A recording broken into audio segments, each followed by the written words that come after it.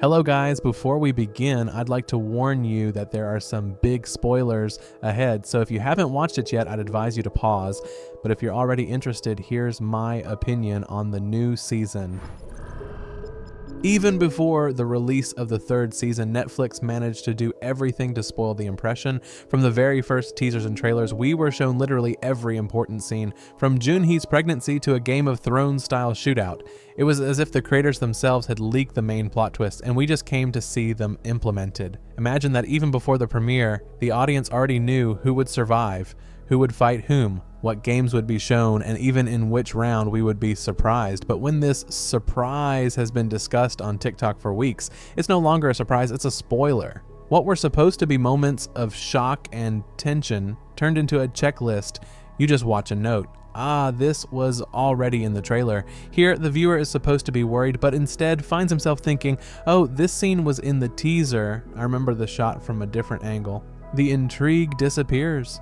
And with it, the main thing that made everyone love the first season's emotional unpredictability.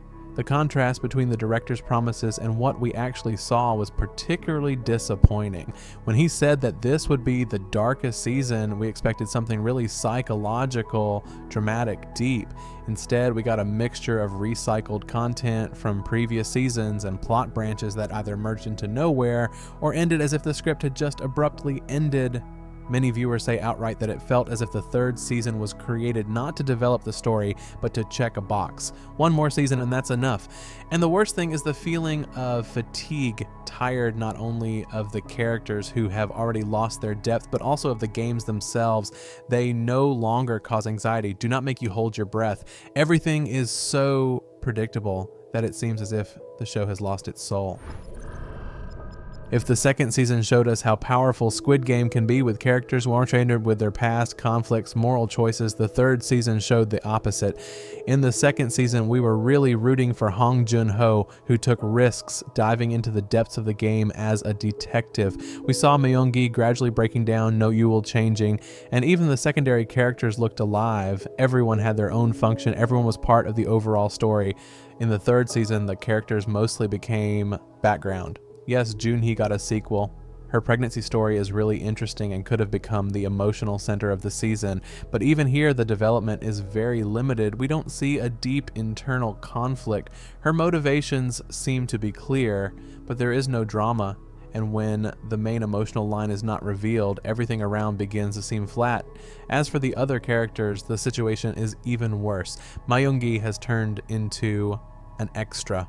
In the previous season, he was an ambivalent character with a constant internal struggle, and here he just is. He is present in key scenes, but no new dimension has been added to his character. He's no longer a hero, he's just a still from last season.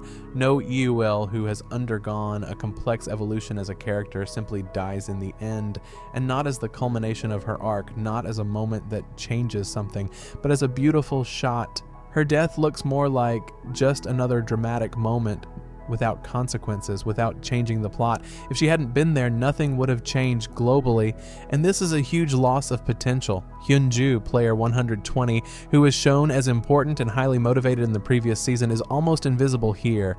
She literally disappears from the screen. She could have been made a serious plot driver, especially in the conflict with Daeho or Junhee, but none of this was used. And what can we say about the new members, who were simply introduced for a couple of scenes, without background, without personality? Their appearance is just a statistic. To fill the game with numbers, someone threw a line, someone performed a trick set, and that's it. And when they die, it doesn't evoke emotions, because the viewer doesn't know them, doesn't have time to get attached. What could have been an emotional thriller has turned into a series of walkthroughs where the viewer no longer has time to invest in the characters. And the main thing is that it's not because the acting or editing was bad, but because the people who were supposed to be the center of the story became extras in their own series. The main magic of the first seasons of Squid Game was not only the creativity of the games themselves, but the way they emotionally affected the viewer. In Season 1, death could come at any moment. Each round was psychologically stressful for both the players and us, the audience. We were really holding our breath, not knowing who would survive, who would be betrayed, who would make sacrifices. Season 2 tried to develop this even further with new moral dilemmas, coalitions, and unexpected twists and turns, but Season 3 lost this tension almost completely. And the problem here is not that the games were poorly staged. On the contrary, they looked impressive visually. The problem is the lack of surprise and internal drama. Everything that could be shocking was already seen before the premiere. The hide-and-seek game, which was supposed to be a nervous thriller where players hide from a deadly threat, looked like another bloody show.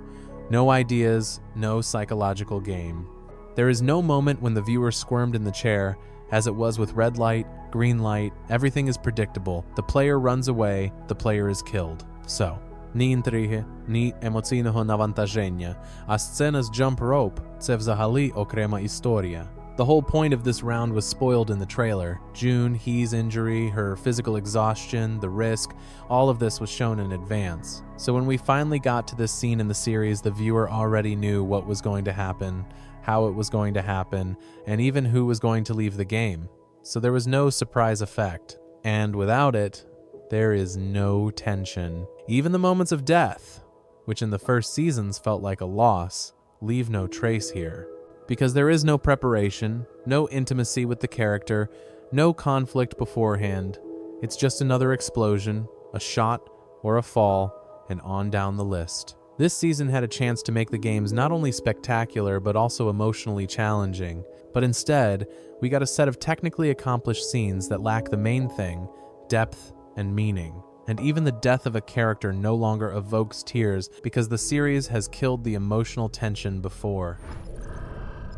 When the final Sky Game finally comes, it is supposed to be the emotional culmination of the season. But in reality, it turns into a simple physical confrontation. Who can hold out longer? Who can throw who off? There is no psychology, no internal struggle, just mechanical survival. It's like the final is just for show. And the fight with knives is the same as in Season 1. It's as if the creators didn't know how else to emotionally bring out the characters except to make them fight against each other again. According to The Guardian, the finale loses its dramatic power, being reduced to an action scene without moral weight. The Atlantic noted that the scenes with the VIP players, which used to have a social connotation, now look like grotesque set pieces with no real idea. On Reddit, users massively expressed their disappointment. Player 333's sacrifice for the child was pointless and unprepared. The ending looks like a teaser for some Squid Game USA. And this is not just a problem with the scene, but with the whole approach. Season 3 seems to just repeat the successful schemes from the first season, but without new meanings. The finale doesn't evoke catharsis. There's no shock, no reason, just a spectator show. In the first seasons, each game had a subtext, a critique of capitalism, inequality, and the indifference of the system. In Season 3, these layers disappeared. It all comes down to a spectacular picture. The game no longer makes you think, it only reproduces a familiar visual, guards, red overalls, deaths on display. And this is the main defeat of the season. There is symbolism, but no meaning. The drama is there, but without meaning. Do you remember the moment when the child, player 222, won? At first glance, it was supposed to be an emotionally powerful, symbolic ending that supposedly conveyed hope, rebirth, and new life after chaos and cruelty. But if you look a little deeper, this scene begins to look more like an emotional manipulation than a thoughtful, dramatic conclusion.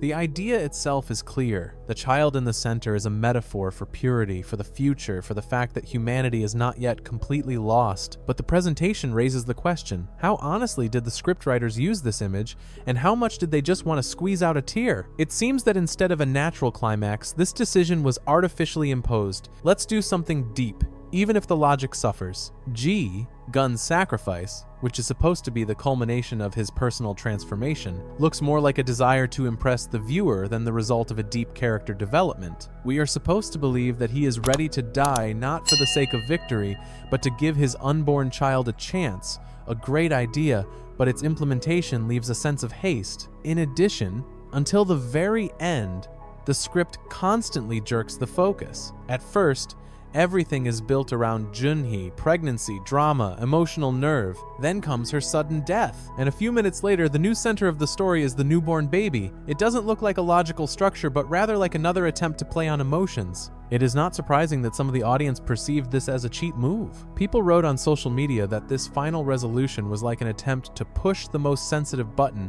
without taking into account the context or depth. Some people called it drama for drama's sake, others called it an infantile attempt to show hope without foundation. The subtext was also discussed separately. Some critics pointed out that due to the focus on the birth of a child and the sacrifice for it, the ending looked like a hint of conservative or even pro-life ideas. This, of course, sparked even more debate. Was it really an intentional message or just a careless metaphor? When Cate Blanchett unexpectedly appeared on screen as a recruiter for the American version of the game, it really looked impressive. Yes, it was unexpected. Yes, it's a world-class star. But the problem is that it didn't look like a logical conclusion to the season, but like an advertising teaser for another project. It seemed as if the third season existed only to pass the baton to Squid Game, USA baton, not to complete the story we've been following for 3 seasons. The final scene, where Blanchett's character plays Duckjack with a potential participant somewhere in a dark alley in Los Angeles, and a car with the frontman passes by at the same time, is a direct announcement of the spin-off. And although the scene itself is beautifully shot, it leaves a strange feeling. The main story, the Korean one, seems to have stopped without a proper conclusion, as if they were saying, "We are no longer here. We are interested in the global market." It's not the classic "we leave room for interpretation." It's more like, we're already moving on, and this ending is just a transition. The viewer was not even given a chance to feel the end of the arc of the characters we were with from the very beginning. Everything ended dryly and in a hurry, and a high-profile cameo by a Hollywood actress became the main focus instead of a real dramatic climax. In addition, the very appearance of the American version of the recruit caused a mixed reaction. Many fans on the network pointed out that the shift to a Western setting could destroy the unique spirit of Squid Game, which was deeply indigenous, local, and culturally critical. And while Netflix is clearly committed to scaling the franchise globally, for many viewers it felt like abandoning their roots in exchange for international box office. So, instead of a sense of closure, we got an open door to a new world that still raises more questions than interest. And to be honest, we didn't want a trailer for a news story, but a strong point in the one that has already lasted for 3 seasons. The third season of Squid Game caused a real flurry of emotions, and not always positive ones. Critics' and viewers' reviews were surprisingly different. While critics gave the project a solid 83% on Rotten Tomatoes, the average rating from the audience was only 50 to 52%, which indicates a deep gap between the way the creators intended the season to be and the way the audience perceived it. What do critics say? In their reviews, critics note the visual power, technical complexity, and scale of the third season. For example, Time describes it as the most violent and loudest part of the franchise, which deepens the social message but loses the nuance. The Verge in its review claims that the season is more like an action series than a social satire, something that made the first season so unique. Their assessment, "The picture is brilliant, but the content is weak." A few scenes were nevertheless noted as strong. In particular, the episode "It's Not Your Fault" gained a lot of positive feedback due to its deep emotional line and acting. But in general, even professional critics admit that the show has lost some of the soul it used to have. What do the fans say? The story is quite different in the viewers' comments. Reddit, Twitter, and YouTube literally exploded with discussions. The pace has dropped. The plot is torn. There are 0 emotions. Such comments are not uncommon. Some fans even wrote, "It seemed like the season was written in a hurry just to close the story." The Forbes platform noted that the audience felt the series was emotionally empty, with a finale that seemed artificial and pulled by the ears. The climax with the baby sparked even more controversy, with some viewers believing it was emotionally manipulative rather than a logical progression of events. In India, this topic even made the news. The call to life in the show's interpretation was perceived as an attempt to impose a conservative ideology. Thus, we have a rather unique situation, a high score from critics and disappointment from the audience. If you look deeper, these are not just numbers. It is a symptom of the fact that the series no longer speaks the language of its viewers. It has lost the emotional contact, the same nerve that it had in the first season.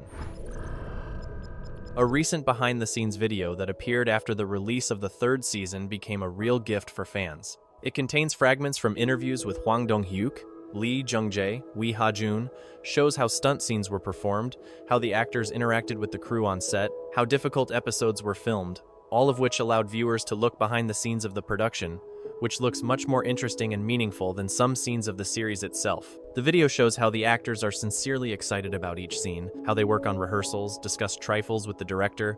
You can see the real dedication and lively energy of the filming process. Not some glossy shots, but hard work, where every emotion is not accidental, but worked out. The stunt scenes are particularly memorable. Lee Jung-jae and Lee Ha-jun did not use stunt doubles in many episodes, which is impressive in itself. They trained every day, got up at the crack of dawn, prepared physically and mentally to recreate the scenes as realistically as possible. It wasn't just acting, it was a transformation through the body.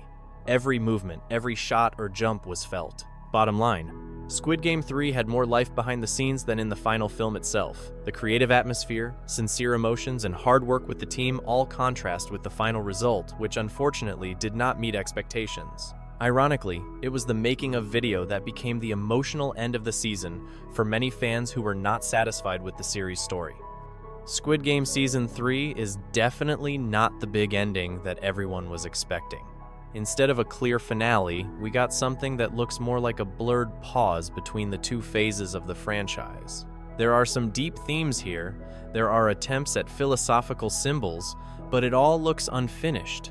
There is symbolism, but it is not felt. There are victims, but they don't resonate. And when the main events of the season look like spoilers from the trailer, it's hard to talk about emotional immersion. Will I watch the spin-off or sequel? To be honest, yes. But not because I'm interested in the plot, but simply to find out if the show can justify itself. Do I regret watching it? No, I don't. Because even in failures, you can find space for analysis. Season 3 made me think about how easy it is to lose the meaning if you focus only on the loud effects. We got a series of themes about sacrifice, power, childhood, manipulation, but without a clear conclusion, and most importantly, it's not the end of the story, it's rather its break. Instead of a full stop, there is a semicolon, like a breathing space before a new, perhaps American chapter. Thank you for watching. If you are also interested, please write your opinion in the comments. Were you disappointed by the ending, or did you see something deeper in it?